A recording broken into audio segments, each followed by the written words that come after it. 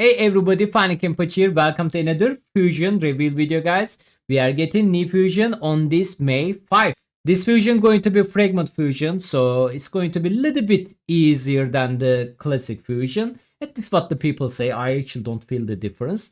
But at the same time, guys, because it's going to be Fragment Fusion, you guys can save it for the Champion Chess Tournament or the CvC. Whenever you need a point, you can summon this champion.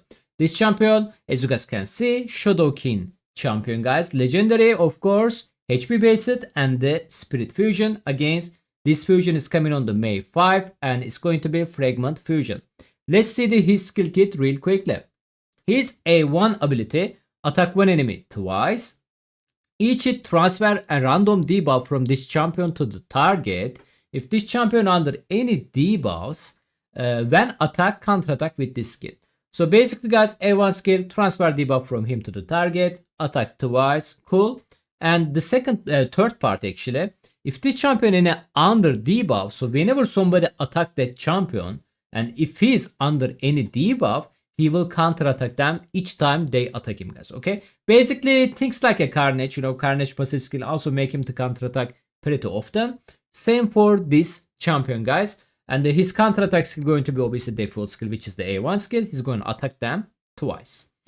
A2 ability, attack all enemies, has 75% chance to place a fear debuff, decrease critical damage debuff, and the decrease crit rate debuff on the all enemies by 2 turns.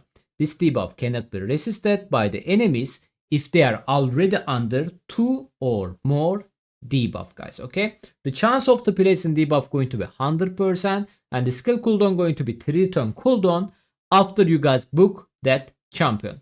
So we need to talk about that skill because I don't understand the logic of this skill. So it's a nuker. Let's say he's a nuker, right? We don't know his multiplier yet, but let's say he's a nuker. Why would I want a nuker in the arena? Has a huge ship potential.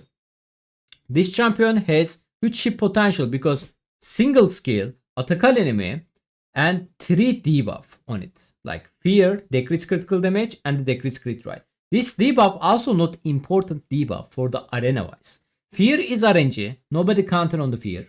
Decrease critical damage and the crit rate, who care about them?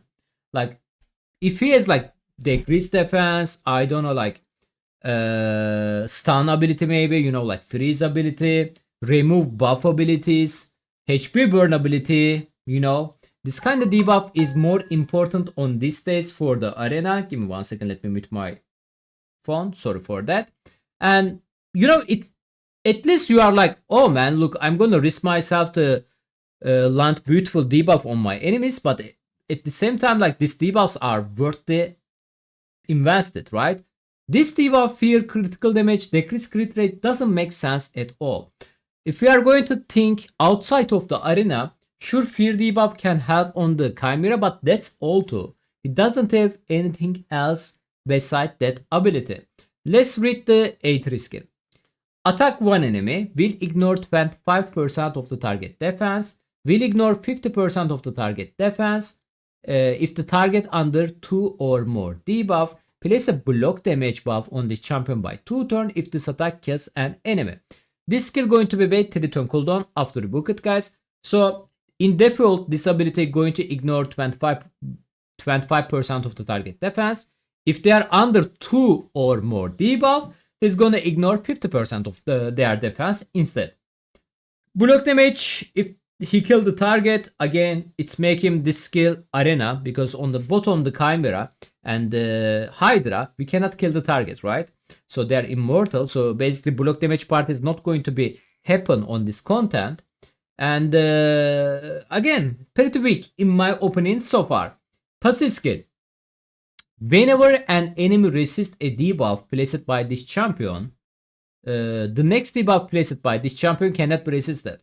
So if you are like, oh man, okay, he have a loss of debuff, but let's not give him accuracy. Not bad logic, not bad logic. Like even you don't give him accuracy, there is a still chance 3%.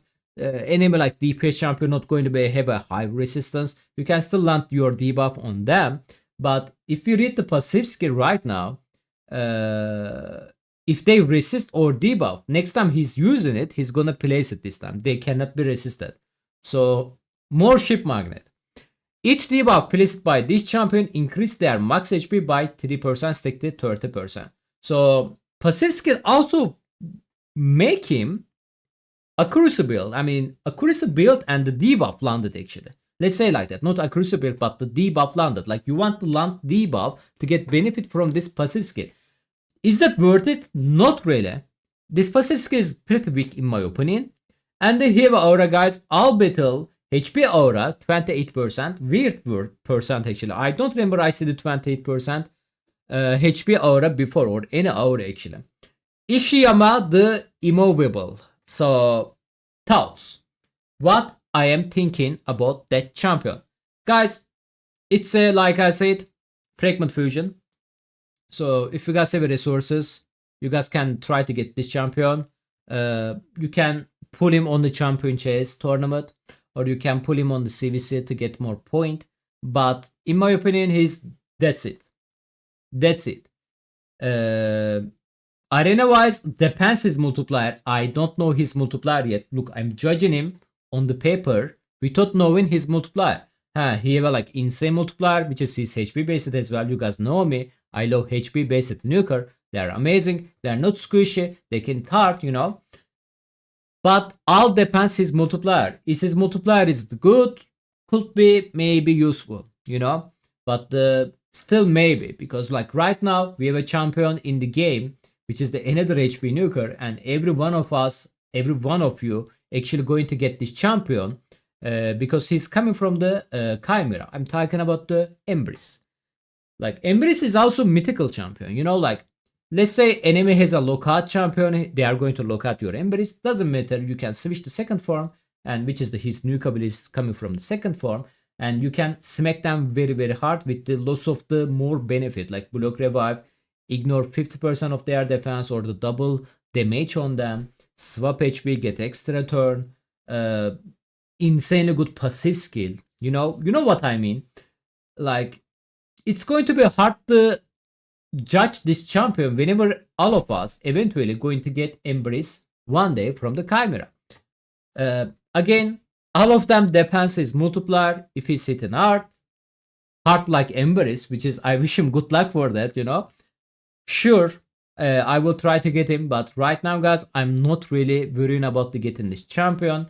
I'm going to save my resources. And yeah, that's my thoughts about him, guys. Ishiyama, immovable. I also don't think this champion going to be good on the hard faction more, guys. He's just damage dealer. I think, unless hard faction more, you know, there is going to be condition for the 3-star. They mentioned that. If the condition is like fear, decrease critical damage, decrease crit rate, then we are going to be maybe struggle because of that. I have to check the rest of the Shadowkin champion actually, who can also have this debuff on them.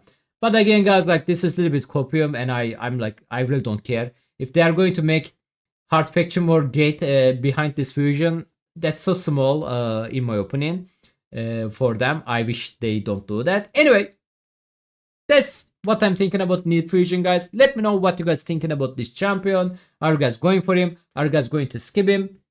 I'm going to actually make a poll when embargo is lifted, when this video is released, on my YouTube community tab. If you guys don't wanna, I actually recommend you guys to join so we can see like what people are thinking about this fusion beside the comment, at the same time the poll.